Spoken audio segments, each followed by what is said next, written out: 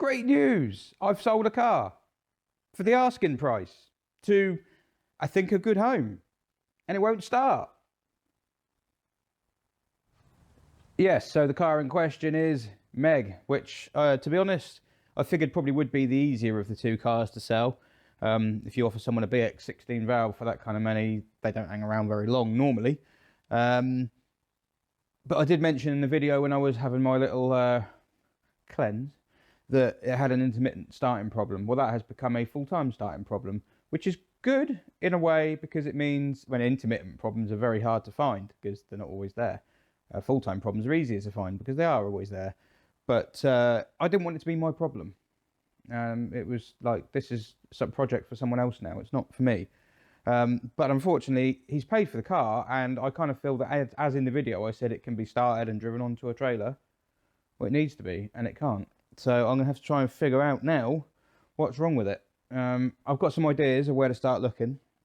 I think there are issues with the fuel pump supply, the relay for that, or the ignition relay. There's been some bodgery, so we're going to have a look at that in a sec, because this car it spent a lot of time in a Volkswagen dealership. There's bills for hundreds and hundreds and hundreds, totaling thousands.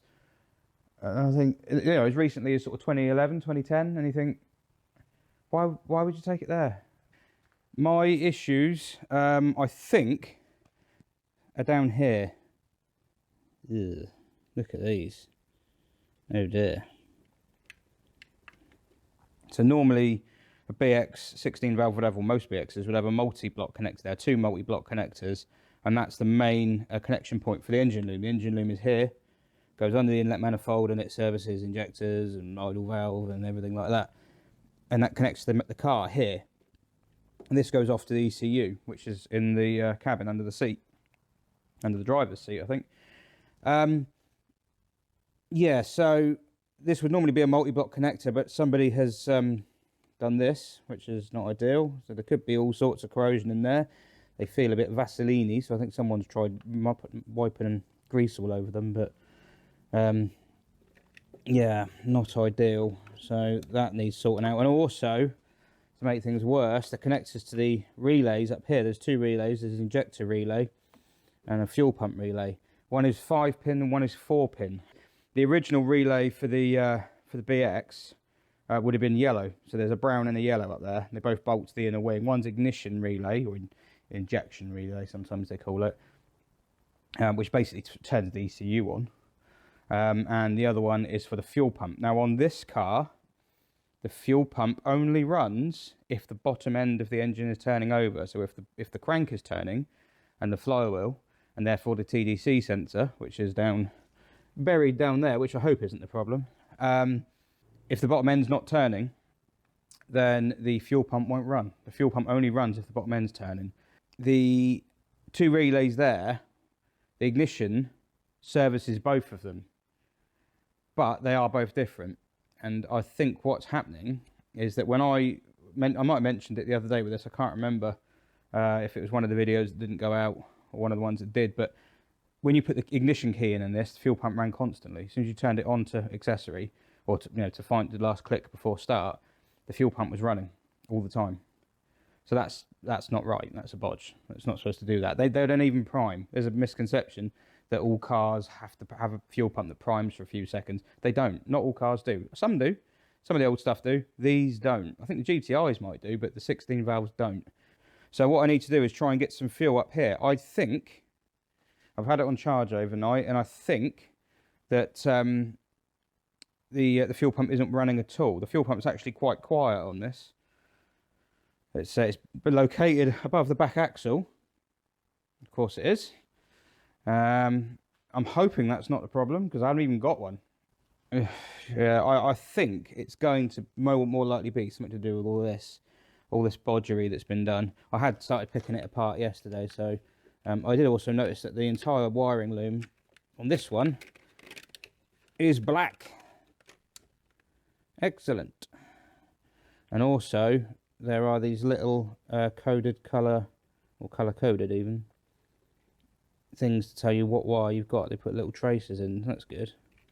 But yeah, the entire loom there is black. That's a trick from some old Citroens. Although I don't think my SM's like that. I'll have to have a look, but I was told SMs were. But I don't think mine is. So there we go. I've got some diagnostic gear, get the multimeter out and try and figure out why the hell the fuel pump's not working. Right, so I've removed the second relay, which is here, and this is obviously not an original one. Well, it's not obvious at all, is it? Not if you don't know these cars, but that's the original one because it looks all French and stuff, and it says made in France, it says Cartier, and that does look French, but this one doesn't. This one looks a little bit motor factor, and that one has inside it, you can see, another pin. And I don't think that's right, because I'm pretty sure, I haven't got another one here to look at, and it's been a long time since I've played with these, but I'm pretty sure if I look at my booklet here, which is just not focusing because it's just, I've had to turn exposure settings such that you can see, which means it won't read anything on here. But if I look in my wiring diagram, so you got, is it going to show it? Yeah, there's 749. Now 749 is a fuel pump relay, and that's 4 pin. Right, so before I need to get reacquainted with the relays in this car. Basically, relays are like an electric switch, which sounds daft because all switches are electric, but they're an electrically driven switch. So you have, this is a relay, so you have a heavy duty side and a light duty side. The heavy duty side, in this instance, will go from the ignition through here, because the ignition in these cars did take the heavy duty load, the current, down here, through the relay, doesn't do anything else, just goes to the fuel pump obviously, which is 683, and then off to ground. Right? So that's how that circuit works. That there is the switch. That is only, I mean, you could put a manual switch in there if you really wanted, but it would be a pain. So what it does is it uses this light duty side here, which is governed by pin 20 on the ECU. When that is energized, the switch closes and the circuit is made. So the ECU controls whether there's power going to the fuel pump or not. You control whether there's power going to the relay with the key, but the ECU decides whether it hits the fuel pump or not, based on whether it does this, whether it energizes the other side of the relay. So there are only 4 pins on that one, and there are only 4 pins on that one. I can't figure out, I mean, unless I'm getting muddled up, that relay definitely looks OEM, but that should be 4 pin. Generally, if you have a 5 pin relay, I mean, it depends how it's set up, but normally it switches between one circuit or another, depending on whether it's energized or off. But yeah, any number of things could have died here. Could be that there's a dead relay, one or the other, because if this relay doesn't work, you can have a fuel pump relay that's working fine, but if that relay doesn't work, the ECU won't control the side that needs energized on the relay. So one relay, you can't have one relay go down and it not take the other one with it. One might fail, the other might work okay, but it won't work without its partner. They have to work in a pair. So if one of them's gone, it'll be stopping the other one. So I can test the relays, I can try bypassing. You can see the light and heavy duty here. Look, these 2 wires are fat, and these wires here are thin. So these are the ones that control the relay, and these are the ones that are input and output of 12 volts, or 13 odd volts at the moment because it's on charge. I'm pretty sure that's the fuel pump relay. I'm nigh on certain that's the fuel pump relay, but unfortunately someone has been in here. I mean, look, oh no, there's a Scotch lock connector, look. That's not what you want to see. So at the moment, if I turn the key,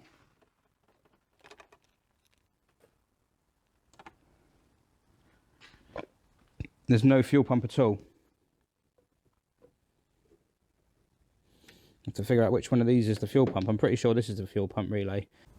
Right, so now the wires that went to the fuel pump now go into this loop. So when I turn the ignition key, one side of this should get power to it, and if it does, in theory, it will put the fuel pump on. So let's see if we can hear it.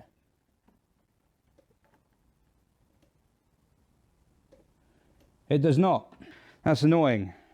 Right, okay. Oh, please don't tell me the fuel pump's died. Well, joy of joys, I think it's the fuel pump. Well, it's either the fuel pump or the wiring to the fuel pump. Although all this looks ugly and horrible, it is working. That relay is getting power. And it is doing it when it's supposed to. Well, it's not doing it when it's supposed to, but it's doing it when the bodge says it's supposed to. So the bodge is working at the moment. These connectors, in theory, seem to be working. There are some electrical parts of this car that aren't cooperating at the moment, but I don't think it's anything to do with that. So here's relay 749, back off round into the main loom, down through here. I think IC means it's through a grommet in the door A-pillar, down through one into the ECU. That's where the Motronic ECU lives. Motronic 3.1, I think, or 4.1 on this. Oh, that's interesting. Oh, look at that. There is a connector under the seat. Right, okay, so I've come armed now with the appropriate equipment. So there's the seat. Under the seat there are two little elastic straps. It would normally be clipped on at the front, but someone else put the clips back on properly and it was just sat there. And there we go, one seat squab. God, this is damp. Meg has been, Meg is suffering from sitting outdoors for a little bit. Okay, so the ECU is in there. You're just about to see it. You can take it out. You can undo that that 10mm bolt there and just slide the whole thing out. I don't think we need to do that. We will need to if we have to start playing silly buggers with testing, checking pins on the ECU, but I'm hoping under here, oh, there's a connector.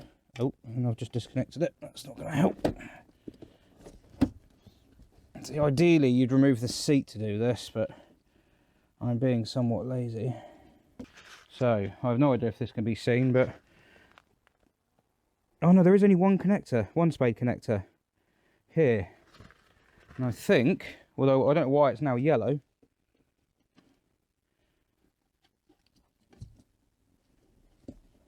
could that be it?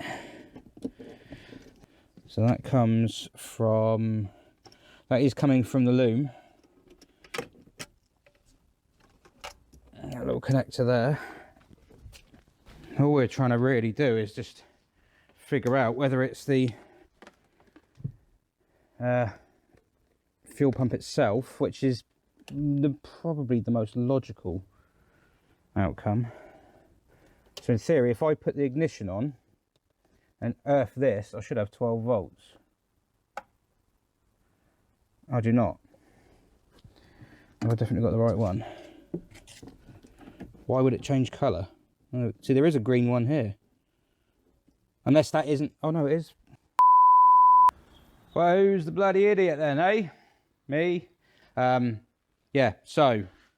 The brown relay is not the fuel pump relay. The brown relay is the ignition relay.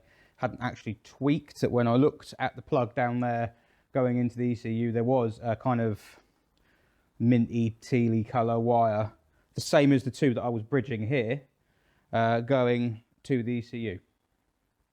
So when I was bridging it before, all I was in fact doing was giving the ECU power for it to do nothing with. So having picked out the right relay, I've now bridged the yellows.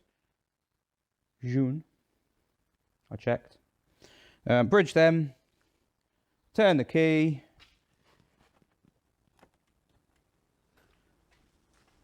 Don't know if you can hear it, but fuel pump is going. Buzzing away merrily. In theory, the engine will start like this because I have hardwired everything, but before I start it, I'm going to put you down and I'm going to put the suspension to high in case I do need to get underneath it again. You should, in theory, rise.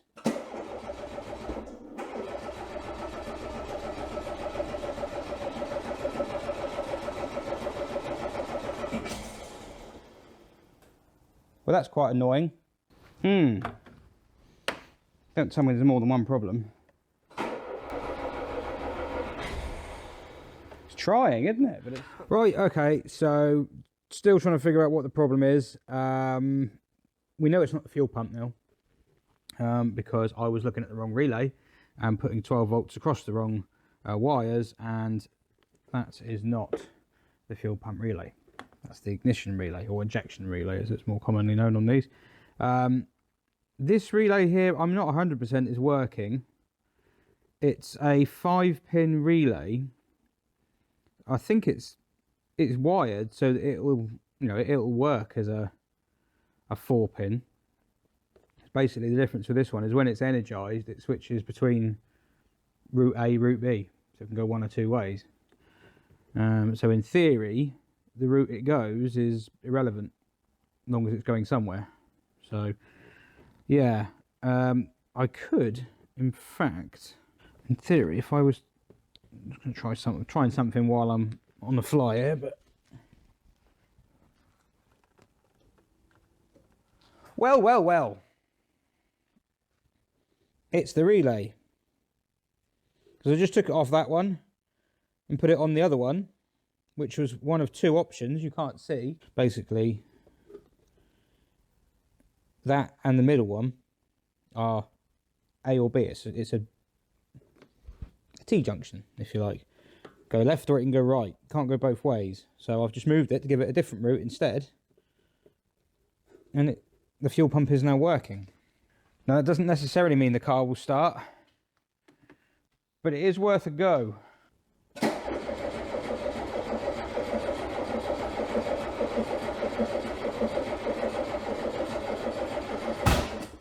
Well, there's petrol in there. Not entirely convinced it's being burnt, but not where it's meant to be. That suggests that the injectors are squirting. It does smell of very old petrol.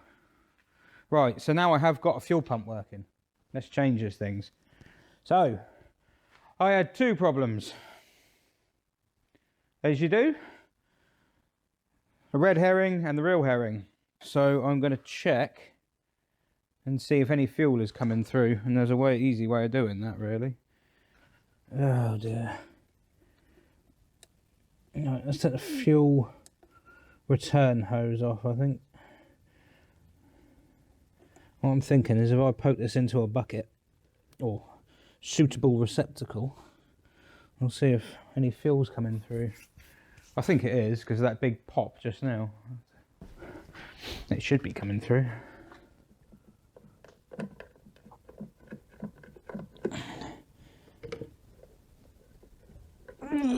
Oh.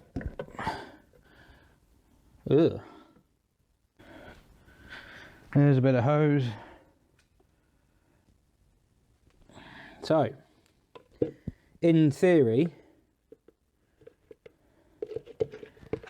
I'll put this somewhere safe. Right, in theory, I'll turn the ignition on and fuel will come through here and into this jug.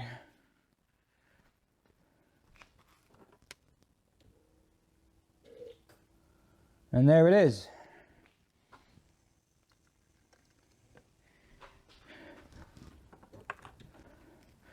So it's getting fuel as well. Doesn't necessarily mean that the injectors are firing and spraying fuel. Okay, right. Someone's taken that off as well. That's meant to cover that and that. God knows what that horrible thing is up there. That's on the feed side, but it is getting fuel, as we can see.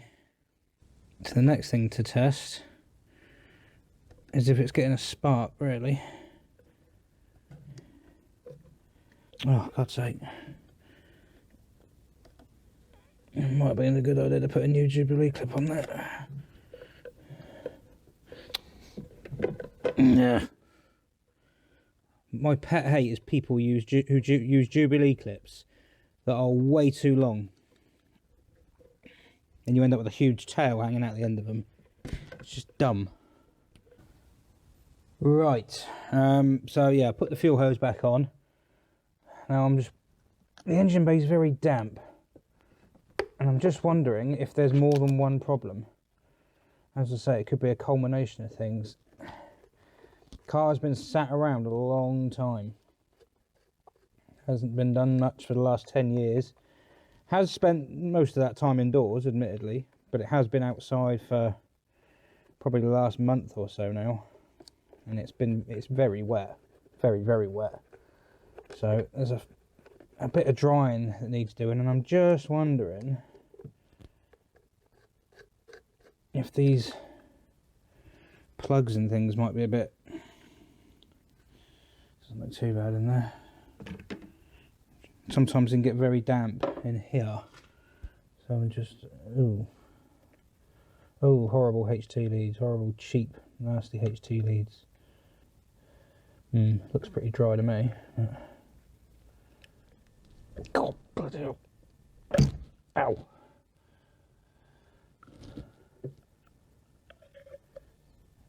What I might just do, find a timing gun and just confirm I've got sparks. Because the thing is, you can take the leads out and put a plug in the end and then just crank it and hold it and see if it sparks. But that doesn't actually tell you whether it's sparking under compression, because sparking under compression when it's in the cylinder is a lot harder than doing it in just atmosphere. So it's possible that you get a spark outside the cylinder but not inside the cylinder. So right, that's actually number 4, that one, but just want to see if we've got something.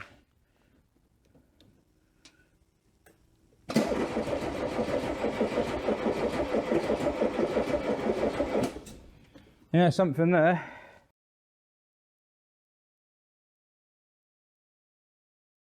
It is distributorless, this, but it isn't just wasted spark. It's still got a cap. It's a bit of an odd system. Okay, so that one's flickering quite a bit faster, although it might be picking up the other. It might be picking up the other lead. Let's just try it over here. Nope. That one is sparking erratically. Let's go back to this one. That one's not sparking at all now. I mean, it could be the plugs, but it's probably not. So number 3 was going nuts, number 4 was barely alive.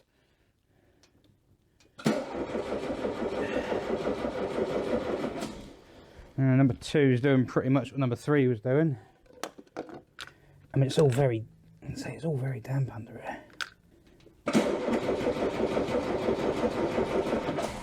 Definitely nothing there. That's interesting. Because basically,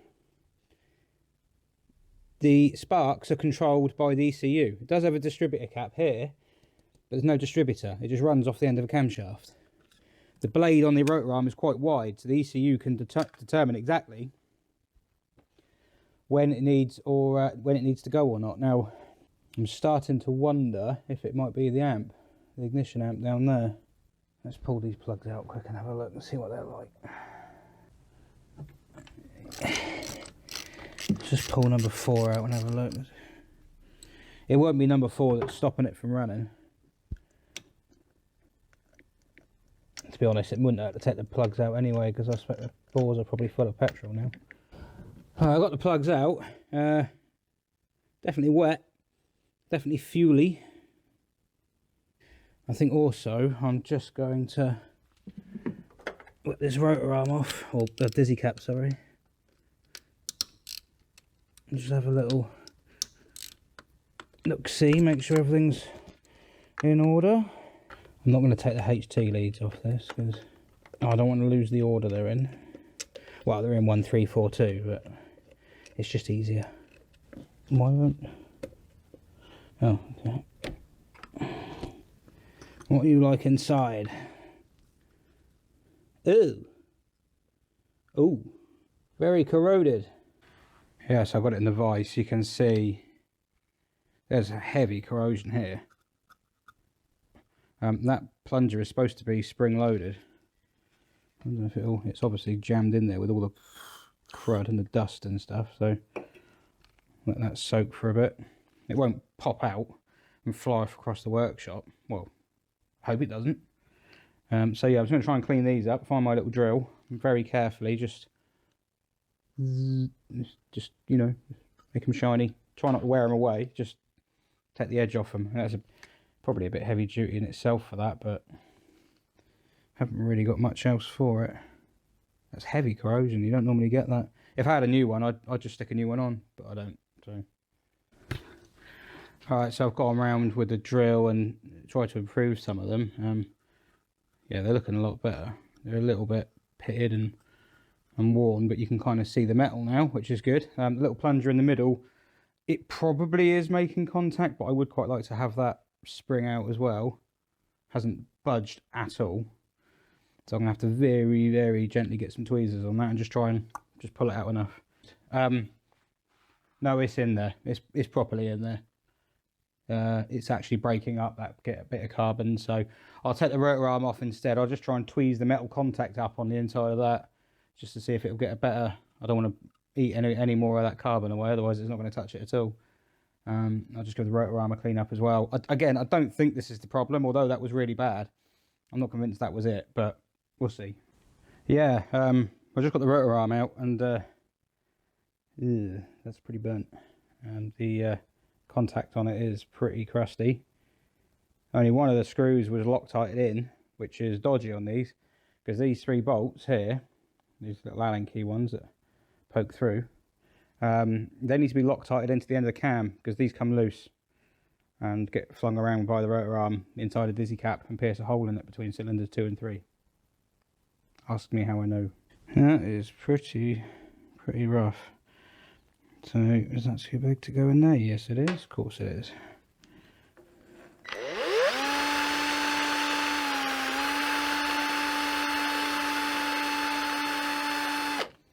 Oh, there's metal in there. I don't know how good it will be, but... Better? Yeah. And then this bit on the end there is not looking terribly clever. You don't want to go nuts with it, you don't want to make it... Oh, that's better. Oh, God, yeah.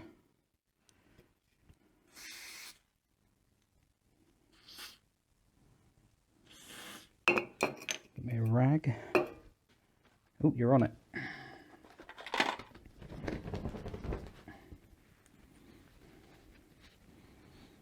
Yeah, it's not ideal. I think it will need a new one. New owner, if you're watching, you need a new one. Problem is you don't just go and buy any old rotor arm, because some of the cheap ones that you get are rubbish. And there are certain breeds, I mean, they always used to say you should only buy the genuine ones for these, but I've run some aftermarket ones without issue. But there are some aftermarket ones are better than other aftermarket ones.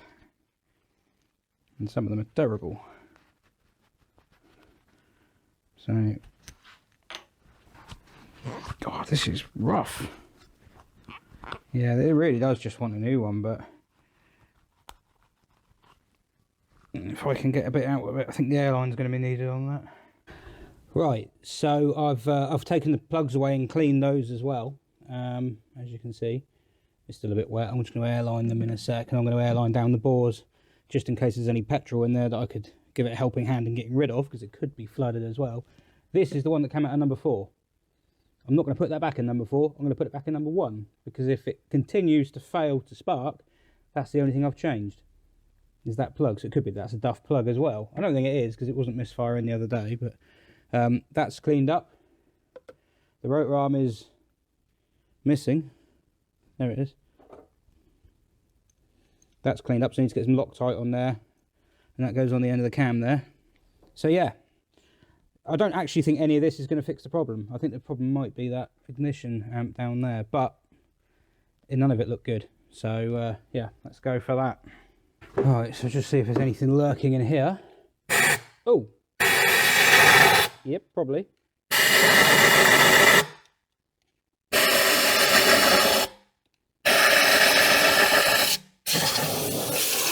No petrol, I don't think. I think it was just dust. So that's all out of there. That is the plug that will go into number 4. Gently place it down the bottom, don't drop it.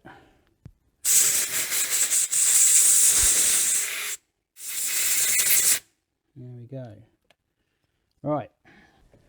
I mean, it all makes sense, because I mean, this thing wouldn't have been serviced since at least 2010. And if that service was done by a Volkswagen dealer, and there's nothing against Volkswagen dealers, but would they have known all the quirks, all the ins and outs? I don't think so.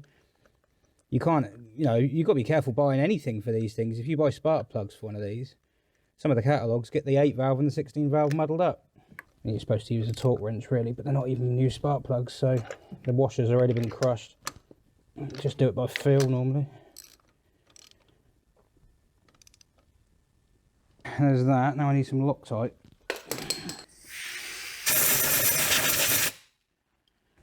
And it goes on the end. Yeah, it's important these bolts don't come out, because the camshafts spin pretty quickly and the bolts can go flying. And they do a lot of damage if they do that. Cause you a misfire, cause you to break down.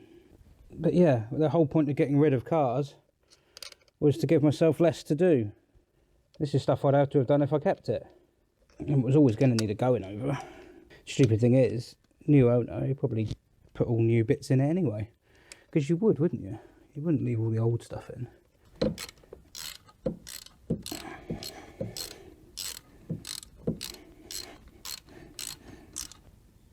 Right, there's one. Right, there's that. So that's the longest.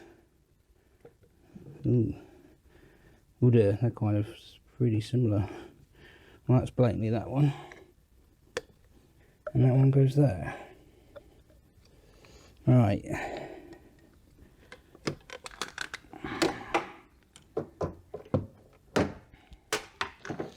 What do we reckon then? I'm not feeling it, but it's worth a go. It would definitely work better if I put the king lead back on. That would definitely make an improvement. There we go. I'm not totally convinced, to be honest. I think, yeah. Well, we'll see.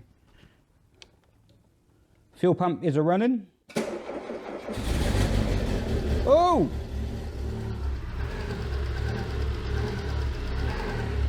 Oh! Rise, Meg!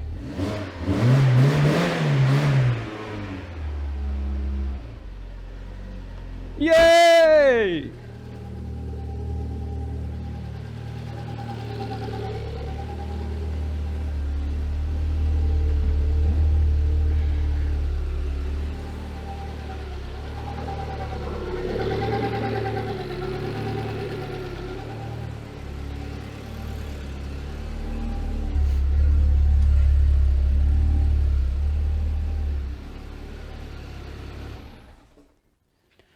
Ah.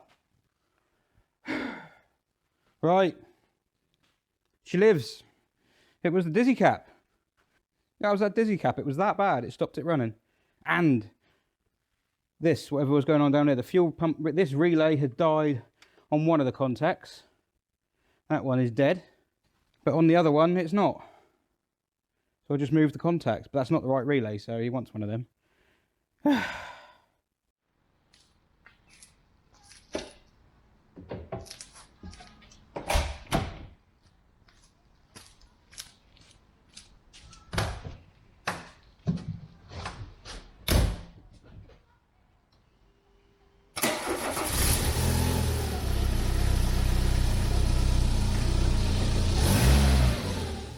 Right, so it only seems right.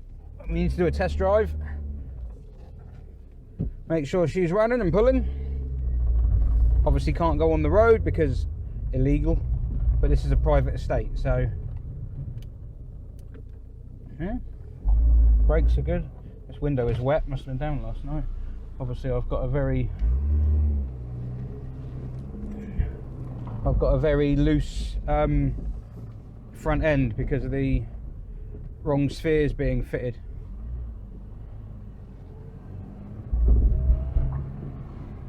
It's gonna make this speed bumper breeze though. Even feel it. That's ridiculous. It is bobbing a bit. It's got no dampers in the front spheres, you see, so but yeah, she's steering feels good. Brakes brakes are a bit wooden. I think the discs are probably pretty corroded.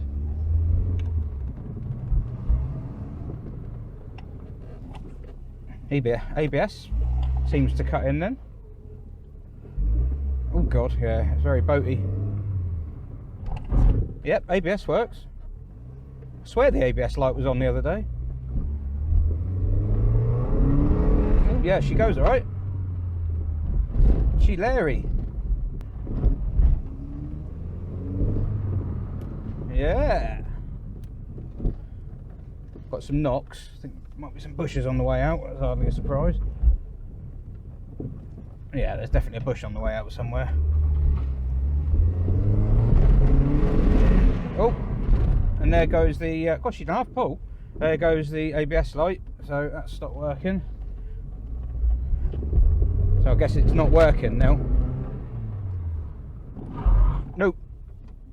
Negative. I've got to be honest, she's a delight.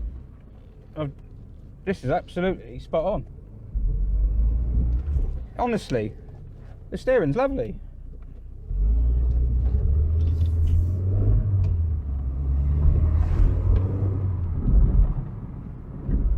Oh god, I miss driving these. Yeah, it needs some bits doing, but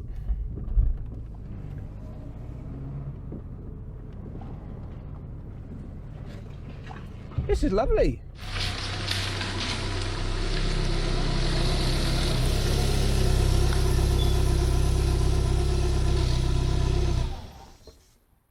I'm going to call that a result.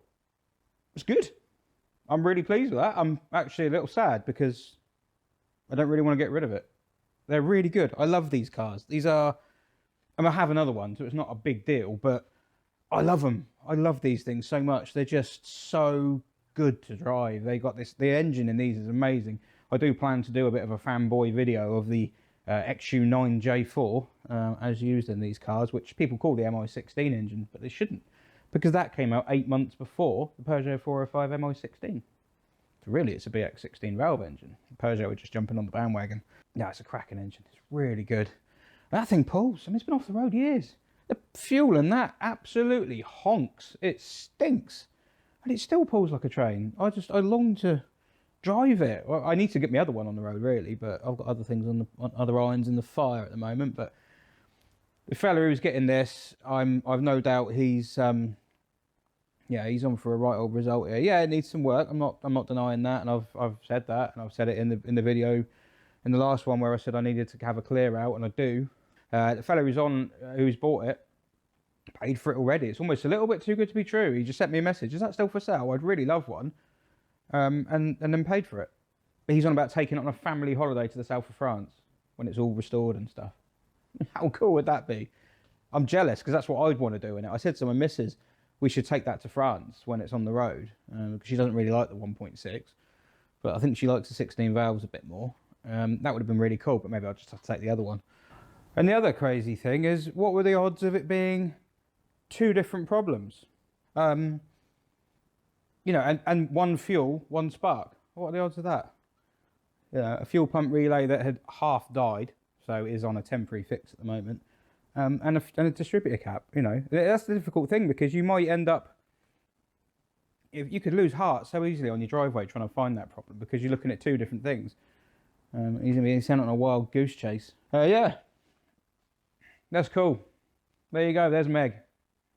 Didn't work, now does. Result, happy days. See you later.